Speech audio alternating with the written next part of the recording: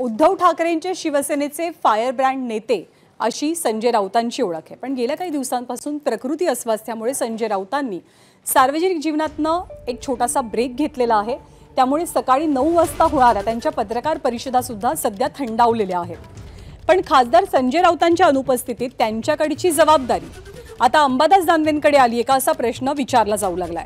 कारण ठाकरेंच्या शिवसेनेचे नेते अंबादास दानवे दररोज पत्रकार परिषदा घेऊन विविध विषयांवरती भाष्य करतात आणि भूमिका मांडतात। या बाबतीत जेव्हा अंबादास दानवेंना विचारलं तेव्हा ते म्हणाले की संजय राऊतांचा आवाका मोठा आहे, त्यांच्या एका ट्विटने सुद्धा खळबळ उडते।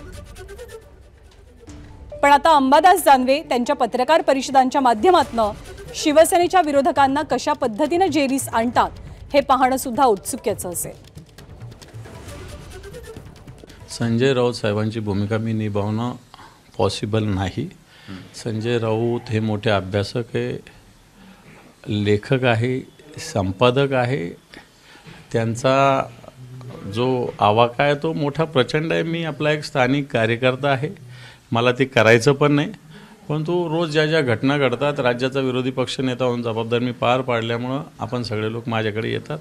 पक्षाचा मी नेता आहे, त्यामुळे भूमिका व्यक्त करतो। संजय राऊत साहेब फार ज्येष्ठ नेते आहेत, मला असं वाटतं त्यांच्या एक ट्विटने सुद्धा खळबळ होते। एबीपी माझा, उघडा डोळे बघा नीट।